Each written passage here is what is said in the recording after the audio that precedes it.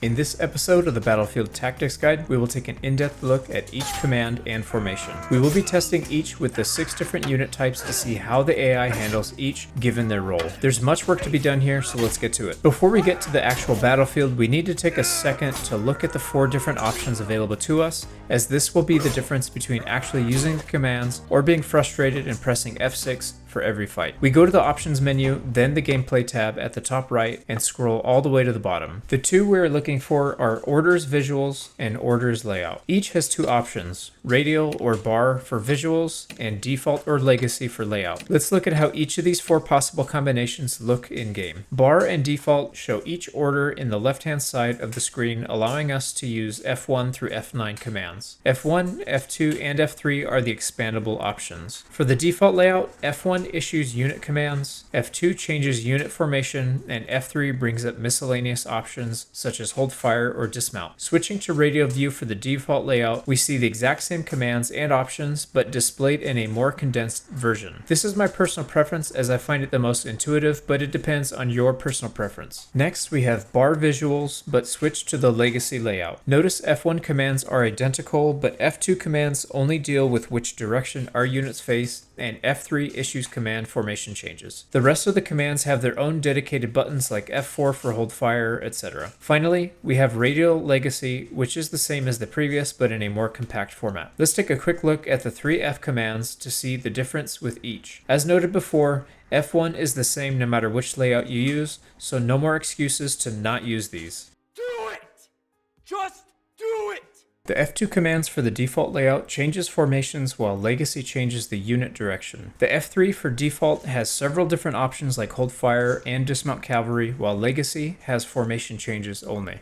Now, onto the fields of glory we go. Let's start with formations. Line formation is the default and does a reasonable job in a lot of situations. Shield wall puts everyone tighter together, allowing shields to overlap for defensive cover. Movement speed and maneuverability is drastically reduced in this formation. Loose formation creates space between each column and row, taking up roughly 3 to 4 times more space than line formation. Circle creates a nice ring of troops, allowing defense from every angle. The size of the circle can be adjusted as well, so if you want a tighter circle, it can be done. It's a little finicky though, so maybe test it out a few times before relying on it in battle. This is what a 1,000 man ring single file looks like. Pretty cool, but totally useless. Square formation creates troops facing outward in 4 directions in a tightly packed cube. Notice the troops near the bottom get stuck, and I've found this to be the case frequently with certain units. It can help to move them forward and backward a little to get them in place. We cannot adjust the size of the square, but we can adjust the angle of it. Skein or wedge formation creates a chevron shape, creating a point at the middle. The thickness can be adjusted based on your preference. Column formation sends troops in a long, slender line where each troop will roughly follow the path of the one in front of them, allowing them to trace a path and stay on it as opposed to everyone seeking a straight line or the shortest distance to the waypoint. It's quite difficult to use and buggy, but it does have some uses as we will see in later videos. This was the AI's attempt to form another column formation across the map. Finally, we have scatter formation, which I was not able to get working. I also tried each unit type later and found the same result, so it's currently bugged. We can order units to either face the enemy or face a specific direction. This is useful to keep our line straight ahead instead of chasing a small group of horse archers, or for tracking the enemy if they are coming from a different direction. Hold fire disallows any ranged attacks such as arrows, crossbow bolts, javelins, or throwing axes and knives. Giving the command again enables ranged attacks once more. This is critical to conserve ammunition, particularly javelins, who have 3 to 5 javelins per stack, and saving it for the right moment. Delegate command allows the AI to take control of the unit. This is ideal for those who would rather fight than command. Transfer unit allows us to split apart any number of troops from any group and place them in another group. We can transfer to an empty group, creating a new detachment, or an existing one, bolstering their numbers. Notice here, after breaking this massive 1,000 unit group into smaller groups, the square formation bugs out and acts as if it was still one group for the shape. It's not too important, but just keep in mind when trying fancier tactics in the future.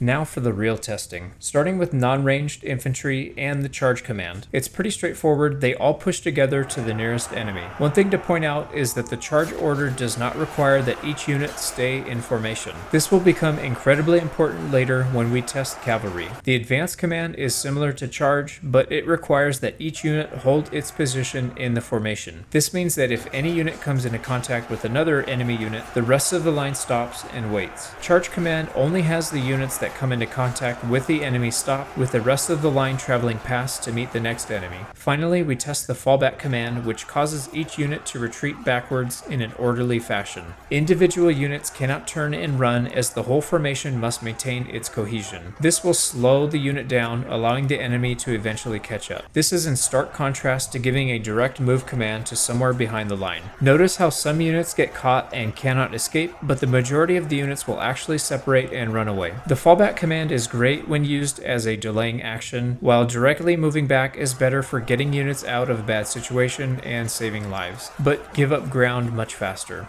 This is where things get interesting. Javelin foot troops. We start again with the charge order. As soon as the enemy is in range, they will take aim and release their javelins. Beware, this slows the formation down significantly, and shots from this range are rarely accurate. As they close the distance, they charge in with the melee weapons out and act no differently from the previous non-ranged units. Next, we try out the advanced command. The formation will push past the max range distance and hold their javelins until nearly face to face with the enemy, unleashing a devastating barrage. It's interesting to note the charge command used up all ammunition before reaching the line, but only killed 2 units. Advanced used only a single javelin from the front row and resulted in 14 casualties. I'm not sure why that is, but it was repeated in several other tests. Here is where we get some interesting results. Using the fallback command before the enemy reaches our line allows our units to release a javelin and retreat a few steps back and repeat. It's quite difficult to micromanage several units at the same time in the heat of battle, but this command really comes in handy when our line of skirmishers is attacked.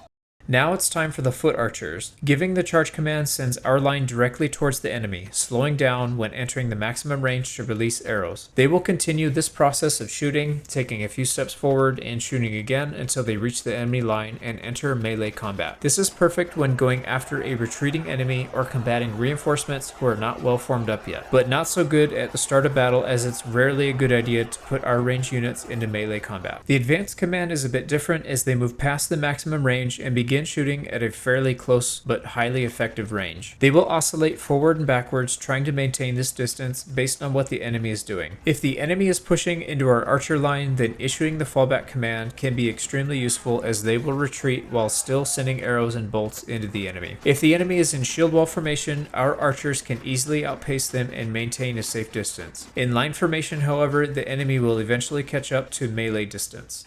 Moving on to cavalry now. Issuing the charge command sends our line forwards towards the enemy, but does not require the formation to remain intact. Notice our units collapse towards the middle where this small group of units are. Once past, they will continue onward to the next without slowing down for their comrades. Sometimes they will go past the enemy, turn back, and cycle charge, and other times they stop and fight the shield wall. However, as we will see soon, this is the most reliable and consistent method for charging into the enemy without further micromanagement. Now for advanced command, which produces some really interesting results. Our line of cavalry head towards the small group once again, but notice how they maintain their shape and turn back to regroup before moving on to the next target. We get a beautiful charge with tons of casualties inflicted, but then it quickly turns into a bloodbath. Our cavalry line maintains position stuck into the enemy shield wall. The main problem here is that horses take up a ton of space, which means for every 1 cavalry unit we fit in the front line, we will have to deal with 2 to 3 enemy units returning blows. I don't recommend leaving cavalry in advance for long, but it can be extremely good if we have time to micromanage. Now let's try the advanced command, then issue the fallback command after the charge damage is dealt. They get a great connection, causing massive damage, but then stick around even after being given the fallback command. It seems they are waiting for their buddies who blew past the enemy line to make it back to them before evacuating. It's certainly a noble action, but not very good for conserving our units. It's much more effective to give a manual move order, which causes each unit to fall back on their own rather than waiting for the whole unit to move as one. Moving on, we test the Javelin Cavalry. Issuing a charge command sends the line forward, but as they approach, they veer off to the right and begin to circle. Because there is a small detachment in front of their main line, it demonstrates perfectly why the charge command is flawed for anything except a single enemy formation. As they circle the first group, they run into the second enemy main line and begin to backtrack, trying to circle that formation as well. Several units end up walking through the enemy line and getting cut down easily. Once all the javelins have been exhausted, the normal charge behavior for melee cavalry takes over, and they half cycle charge, half sit inside the enemy shield wall. Next up, Javelin Cavalry using the advance command. Our cavalry approaches from the front in an orderly fashion and unleashes a single volley before they reach the line, then curiously sit in the enemy shield wall and get cut down while inflicting humiliatingly small numbers of casualties. I know we aren't testing for numbers at this point, but I wanted to show everyone how bad it is. 30 kills and 139 deaths for comparable T4 units on both sides. Don't use the advanced command with Javelin Cavalry against a shield wall. Next up, we let the enemy push our position and use the fallback command. Our cavalry unleash a few volleys and quickly move out of range. For the final test, we let loose all of our javelin ammunition and then issue the charge command, for science of course. The result was a very lopsided win. For the final unit type, we test the Cavalry Archers. Starting with the charge command, we see a similar result as the Javelin Cavalry as our horses try to circle the front units, only to run into the shield wall like idiots. The results aren't quite as bad, but nonetheless half of the formation ends up walking through the shield wall at some point. Now for one of my favorite ways to use Cavalry Archers, the advance command. This will engage the closest enemy units and maintain a certain distance while also maintaining a barrage of arrows. It's not the most devastating attack, but it's very good at keeping our troops alive and can draw the enemy units out of their current formation to give chase. Notice the first smaller group has chased so far, allowing us to switch to charge command and the circle of death ensues. Finally, we test the fallback command. We allow our cavalry archers to make contact with the shield wall and then issue the fallback command. They take a few casualties but mostly get out alive and begin to shoot arrows back at the chasing enemy. Now let's test the effect each formation has on range units' abilities to loose projectiles at the enemy, starting with Javelin foot troops in line formation. We give the fire at will command and only the front row is able to throw, severely limiting the damage output. Opening them up to loose formation allows all rows, even the ones in the very back, to throw with everything they've got. It's a terrifying sight to see. If you were wondering how good the bonus shield damage for troops perk was, just imagine having it in this situation. Switching to shield wall formation, we see a very similar result to line formation with only the front row throwing javelins. For circle formation, we see only the front row throwing, but for a reasonably large section of the wall. The same result can be seen from square formation, although if we angle it just right, we can get two sides throwing instead of just one. And if you haven't caught on by now, Skein formation allows only the front soldiers to throw their javelins. Moving on to foot archers, we see a very similar pattern as the javelins, with only the front row shooting while in line formation. While in loose formation, we see the front three rows shooting at the enemy with a random smattering of other troops in the back shooting as well. It's a small number, perhaps 5 to 10% at most. We see the same front row shooting for circle formation, although we also see the opposite inside circle troops also shooting back, increasing output by roughly 40% or so. We will keep this in mind later when doing testing against cavalry archers. Square formation is basically line formation but 1/4 as effective. Don't use this with archers, please. Don't do it! Lastly, we test what effect being on an elevated position has on how many troops can shoot. There is no difference for line formation as only the front row can operate. In loose formation, we see the same front three rows shooting and possibly a few more in the back row, but without counting individuals, it's difficult to say. It looks roughly the same. I wasn't too happy with the results, so I tested it again with a steeper hill, but found mostly the same results. Line formation is limited to the front row and loose formation for the front three, although there seems to be a few more from the back rows getting in on the action as well. The angle of the hill does seem to make a difference. Also note, shooting from elevation increases the damage our arrows do, while firing uphill will reduce the damage. Even with the same volume of output, the damage will still be increased. The next results were absolutely fascinating. I was so shocked. We tested Javelin Cavalry by holding fire, getting to a close distance, and then letting loose while in line formation. All 9 rows were throwing javelins at once. As long as each individual unit is within range, they will throw no matter what formation we are in. Holding fire is incredibly important with these units though, as they have very limited ammunition and wasting them on shields is a real shame. Finally, we test Cavalry Archers. We get the exact same results with every single row being able to loose arrows no matter who was in their way. Friendly fire is turned off for them, so it's safe, don't worry. This is extremely useful information as we can move these units around without having to worry about formations. Before we end the video, let's look at a short bonus showcasing the type of testing we will be doing in the next couple of episodes. Can we make the worst unit in the game usable? The Vlandian Pikemen.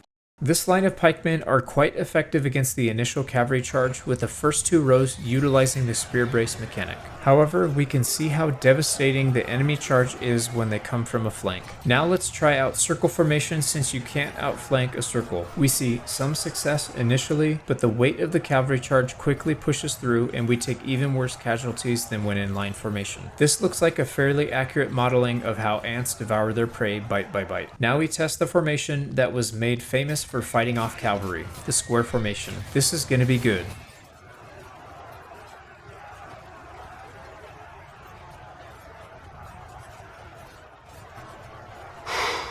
Boy, that escalated quickly. I mean, that really got out of hand fast.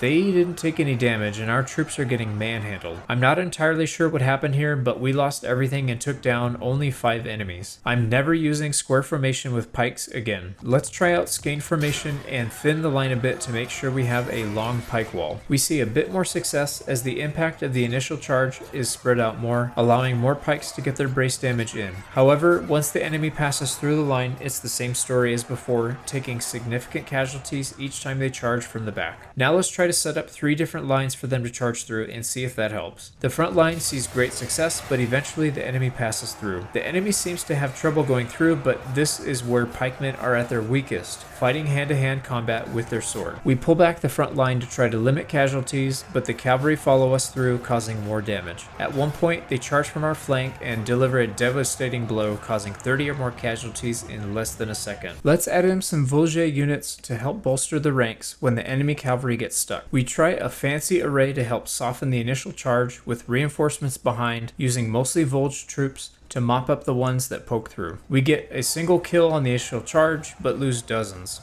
It quickly turns into a slaughter and back to the drawing board we go. Let's try a pike sandwich with mostly Volge units as the meat in between. We can have pikes at both ends to stop them from cycle charging after the first breakthrough. We see much better success early on this time. The second charge from the rear has moderate success, but the enemy cavalry are not galloping at full speed, so the brace does very little damage. A few charges later and our formation turns to mush and we lose everything. It seems bunching the units together is causing the issue, so we create 2 groups with some space between them. We have mostly pikemen up front to absorb the main charge and Volge behind to clear up the slow moving ones. We see a massive list of casualties inflicted on the first wave. Not many cav are making it to our second line, so we issue the charge order and watch the enemy crumble. 3-1 KDR this time. I feel like we can still do better though, so we try Skein once more with a single huge group. The results were only slightly better at just over 3-1 KDR, but required much less micro. And finally, the best defense against cavalry is a mass of 2-handed polearm infantry placed on a steep hill. The results here are quite shocking at nearly 10-1 KDR. So much for fancy formations. Don't forget to leave a like and a comment below letting me know what types of units and strategies you're looking forward to seeing tested the most. I'm your host Strat and I appreciate your time. I'll see you